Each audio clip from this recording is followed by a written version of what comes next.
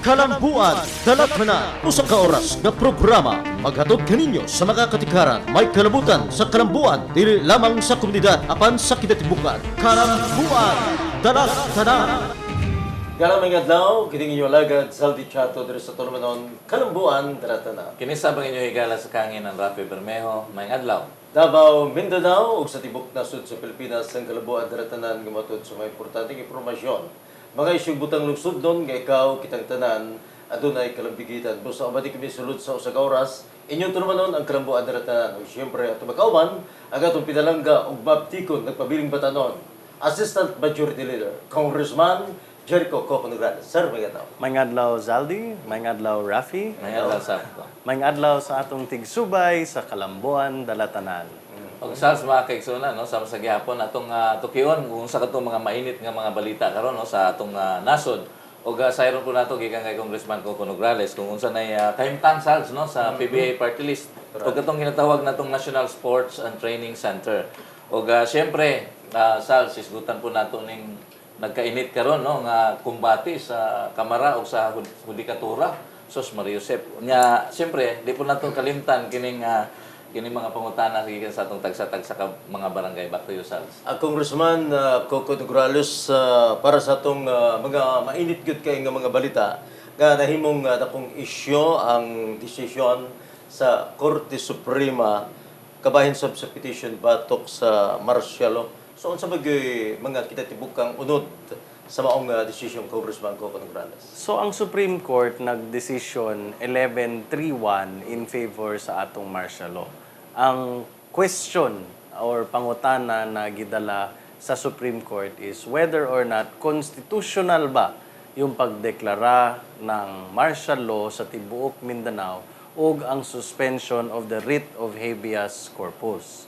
Ang nangutana diha ang genuine minority kuno sa House of Representatives ug mga taga-Marawi kuno. And nag-decide ang Supreme Court after multiple days of oral arguments from the government and from the side of the petitioner.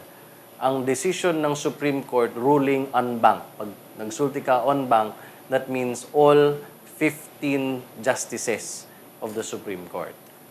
Ang ruling 11 in favor na nagsulti na constitutional, valid ug legal ang pag-proclaim sa martial law sa tibuok na Mindanao ug suspension of the writ of habeas corpus na ay tulo na partially dissent. Nganong partially, ang ilang opinion ay martial law and the suspension of the writ of habeas corpus should only be in Marawi. Naiusa si Justice Marvic Leonen ang nag-rule na negative. Martial law is unconstitutional. So, ang analysis diha, sa tinuod lang, the Supreme Court has spoken. And when the Supreme Court has settled the issue, obligado kitang tanan to respect the issue, to respect the decision of the Supreme Court. So, kanang mga nag-react kontra sa Supreme Court, kontra sa mga justices, that is not correct. In fact, na ay senadora diha na nagsulti na this is a bad precedent, we have to remind the good senator that as a senator of the Republic, you cannot also set a bad precedent. In fact, you have to respect the decision of the Supreme Court. Dili ni pareha sa Pacquiao ug Horn na kung pangit ang desisyon, magkontra ka, mag-internet ka, mamalikas ka diha, questionin mo yan, iharas mo yung mga tao. No. This is not about sports. This is not about the opinions of people. This is about constitutionality. And constitutionality is a higher being. It is what makes the Philippines a republic. So, ang pagrespeto sa decision of the Supreme Court is not only respectful, it is needed, it is demanded as a Filipino to respect the Supreme Court because that is what the Constitution also demands from every Filipino. So ang decision dito, simple lang. It is valid, it is legal, and it is constitutional. And it should no longer be questioned because the matter has been settled. Congressman Coco Nograles, nasantot ba sa imong unahuna nga pagabalik ron sa Korte Suprema ang gingon nga Proclamation number 216 nga nagbutang sa tibuok Mindanao ilawom sa martial law? Murag sa akong pagpaminaw sa mga oral arguments na gipresenta on the part of the government and on the part of the complainants, no, or the questioners and petitioners, parang hindi convincing kasi yung argument ng mga petitioners. In fact, kung studyuhan pod nimo ang recent martial law ni Gloria Macapagal Arroyo in Maguindanao, that was the first martial law under this constitution sa atong 1986 na constitution. And diri kang digong, this is the second martial law. So ang experience nato, ang basis nato will actually be the Gloria Macapagal Arroyo martial law. So gi-review nako back in May of 2017. Gi-review nako ang mga discussions on the plenary, ang mga debates, gi-review nako ang mga minutes, ang mga notes nako kay back then si Boy Nograles man yung speaker, ako yung chief of staff. So napay mga access sa mga files, akong karaan na computer na diha ang among mga notes o among mga press releases back in the day. So na-review na ako. And so far, ang gibuhat ni Presidente Digong is in conformity to the same standards sa panahon ni Gloria. So consistent. So for me, whether it was called for or constitutional, I had no doubt. I had no doubt that it was valid and constitutional. Ang question ko lang is, if the Supreme Court sees it the same way. Yan, hindi ko talaga alam. Hindi ko talaga alam kung mag-agree ang Supreme Court or disagree ang Supreme Court. Kay, ibalik lang nato, dito sa panahon ni Gloria, there was a similar petition that was put before the Supreme Court. Pero hindi na desisyonan ng Supreme Court back in 2009 kay ang martial law was lifted before the Supreme Court rendered a decision. So hindi natin alam kung ano ang sabihin ng Supreme Court for that martial law. So this is the first decision of the Supreme Court, and yung decision na ito forms as part of the jurisprudence. Mauna ni siya ang manual for future martial laws under this Constitution. So, ako, back to the question, wala jud ko doubt na this was a valid constitutional duty of the President and it was within his powers and parameters to call the martial law. Okay. Congressman Coco, unsa ba ka importante o unsa ba impact o epekto niini no sa tibuok nasod kini ganing paghiusa sa Korte Suprema, sa Palasyo ug sa Kongreso sa isgutan ng martial law? Well, at least makita natin na the rule of law and the Constitution is followed by all three branches of government.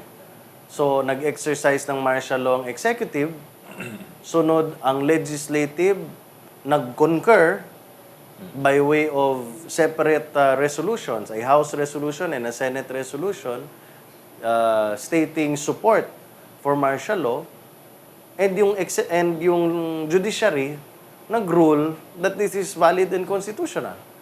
So that means na valid talaga ito. You have three independent sets of arms of government. So, that is what it means. It is clear as day na wag nyo nang questionin yan. So, lahat ng mga nag-question yan, dapat quiet na lang sila. Tanggapin na lang nila yan. And instead of using their energy to fight martial law, why don't you just support our troops? Why don't you just support our civilians? Why don't you just help build Marawi again? Kasi kalaki nang nawala sa Marawi eh. It is in ruins. You know, it used to be a city that was making probably 11 billion a year. It was progressive, the most progressive in the area. And now it's in ruins. So, ang future problem nito, and maybe that's what we should talk about more. Instead of questioning martial law, why don't we focus our energy on how to find peace and how to rebuild Marawi? Okay, base sa atong matakang balawod, Congressman Coco, ang martial law mulungtad lang hantod sa 60 ka adlaw. No? O pwede kining lugwayan, depende sa hangyo sa presidente dito sa atong kongreso. Ang akong pangutana kung doon na ba ingon ana nga opisyal, no, nga communication ang palasyo ngadto sa kongreso aging paglugway ni ining martial law sa Mindanao. As far as I'm concerned, wala pa'y official na na communication gikan sa executive to the legislative on any extension of the martial law.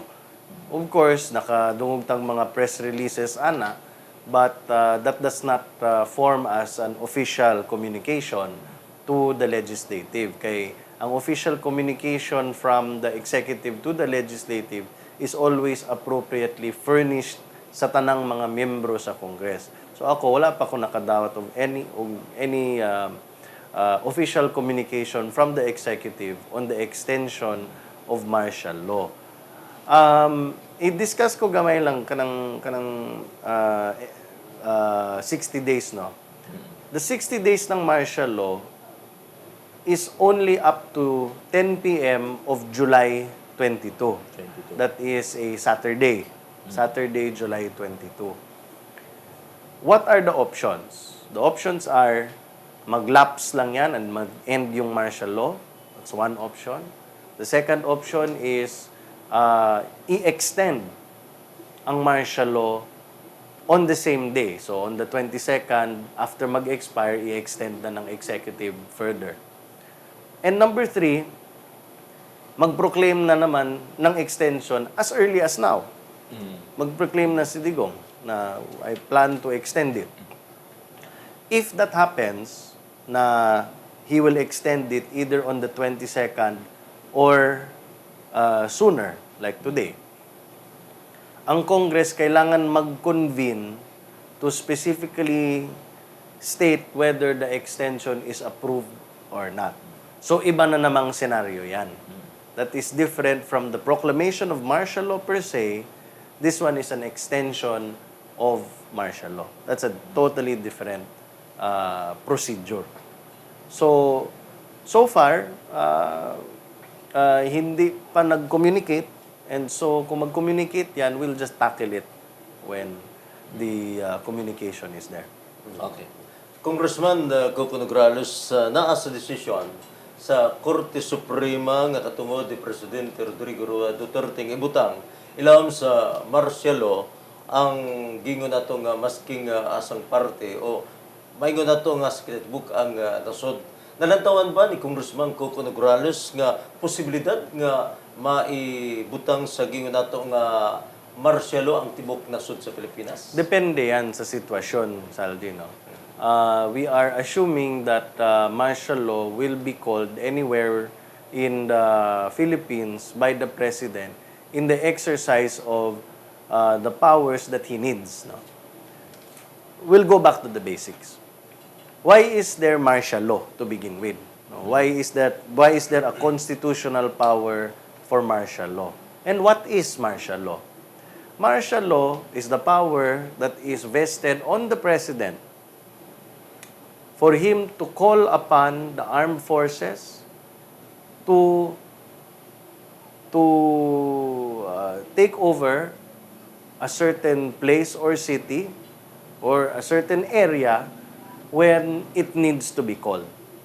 So in this case, gina-exercise ng President yung martial law towards the whole of Mindanao and the suspension of the writ of habeas corpus for the whole of Mindanao because he needs that extra power to put Mindanao back to a normal state. So, that kind of right or power is inherent with the presidency.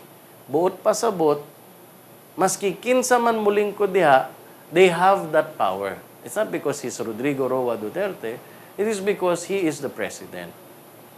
And kita, mga civilian, mga voters, when we vote for a person to be president, we have to be mindful or conscious that whoever we vote into the presidency will immediately inherit that kind of power.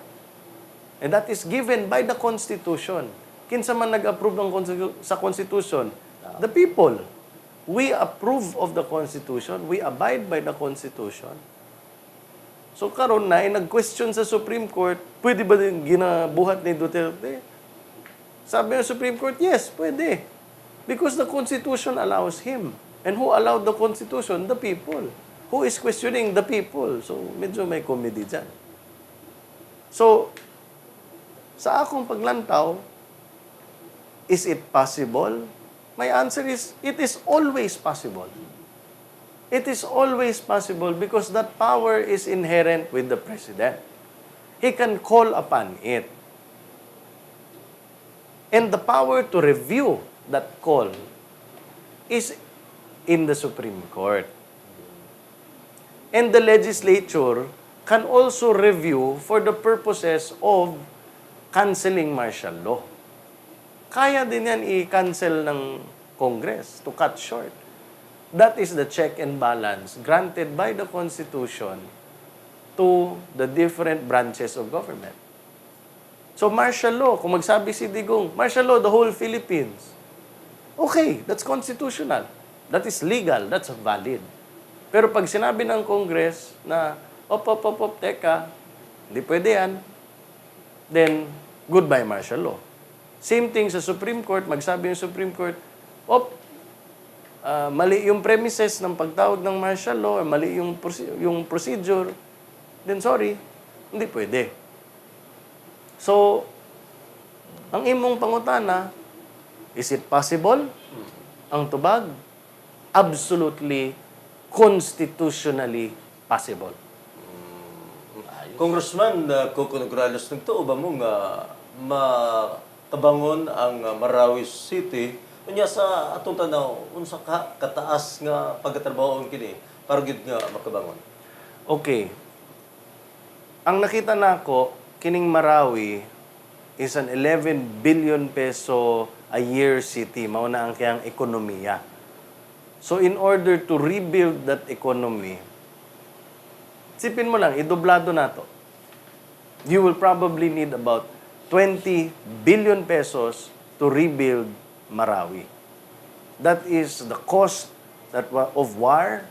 That is what the Maute Group has burdened, not just Marawi, but all taxpayers of the Republic of the Philippines. Kinsa man magbayad na? 20 billion. It is us, the taxpayers. Kita magbayad na. And as a member of Congress, I need to look at it in that perspective. How much are we going to spend to rebuild Marawi? So, lahi ang infrastructure sa economics pa. Ang infrastructure, dali na ng kaayo. Magsulti lang ka na. These are the number of kilometers of roads that we need to rehabilitate, the number of government offices that we need to rebuild, the number of schools, the number of hospitals, number of rooms, equipment. Kana, ma-quantify na nimo. Pero ang economics, lisod na ma-quantify. Kay the damage na magsulti ka na, invest in Marawi. Buy land now, it's cheap. Lisod na. That's very difficult. And even us as Mindanaoans, as Dabawenyos, we experienced something very terrible back in the day. 1998, nag-declare ng all-out war si President Erap Estrada. All-out war in Mindanao. Pero yung operations, di ala sa Basilan. Unsay nahitabo, ang headline sa Philippine Daily Inquirer, all-out war in Mindanao. On that same day, daghang kayo nagtawag sa mga hotel sa Davao. Gitawagan ang Marco Polo, gitawagan ang Durian Hotel, gitawagan ang Insular Hotel, ang Mandaya Hotel, ang Apuview Hotel. Unsa pang mga hotel diha, gitawagan canceled ang mga convention sa Davao because all-out war in Mindanao. Apil daw ang Davao. And what happened? Ano na epekto? Ang epekto ana, tanang mga hotel that used to be and Davao, back in the day, it used to be the convention capital of the Philippines. Daghang kayo mga convention. That's why we have the Davao Convention Center. Kaya hindi na makayanan sa mga ballroom sa hotel. But what happened? Lahat ng mga expansion ng lahat ng mga hotel nagka-problema to the point na nalugi. Yung Durian Hotel, nagsara. Nagsara ang Durian Hotel because of an all-out war in Mindanao. Perception lang na. Wala gani gira sa Davao. Nag-cancel na. Marawi is worse. So let us imagine it in that perspective. Kung perception is enough to put businesses in bankrupt, paano pa ang actual bullet holes? That is the situation in Marawi. Kaya ako, isip o sa ka-leader, it is important na kining atong mga energy, i-focus nato towards peace, towards development, towards rehabilitation. Ayaw na ng mga pamalikas diha. Stop complaining and start doing something. Especially yung mga politiko diha na sigig bakbak. Tama na yan. It's time to work together. Okay, Congressman Coco, lain pang init kayo nga balita karong panahon na, no? Murag ni init daw imong dugo sa pagkasayod nga padayon ng pagbayad sa Department of Transportation, no? Dito sa Buri, ang contractor sa MRT3. Dili naman nag-init ang dugo. Taas. Nag-worry lang ko. Nag-worry na. Nag-worry lang ko kay na-expose naman nato na ang kontrata sa Buri na 3.8 billion pesos ay illegal. So since illegal yan, dapat wag bayaran. Karon murag gipaspas man ng general manager sa MRT3 na magbayad ng 35 million pesos. Ang problema, Rafi, ang billing number 12 na ginapabayaran ng Buri, puros mga undelivered spare parts. So, ang undelivered spare parts, ba't mo bayaran kung hindi na-deliver? Di ba? Simple lang yan eh. And here comes General Manager Rodolfo Garcia na gina-urge niya ang Department of Transportation na bayaran yung kontrata in full despite the fact na naay mga undelivered spare parts. I-simplify nato ang problema, no? Kung ikaw isip kontraktor, gusto mo bayad bago delivery. Kung ikaw ang gobyerno or yung customer, delivery mo na bago bayad. Ang posisyon ni General Manager, he should be defending the taxpayer and defending the government. Pero ang nahitabo, murag siya man ang sales agent dito sa kontraktor. And that, my friends, are acts that are disadvantageous to the government. And that is already a violation of the oath of office of public officials. Okay, salt sa mga kaigsunan, magpadayon na itong pag-isusi no, sa mga mainitong balita karong higayon na mag-break na tayo makadiyot, no? Ayaw lang maghawa kay mabalik na ita. Kalamboan Dala Tanan.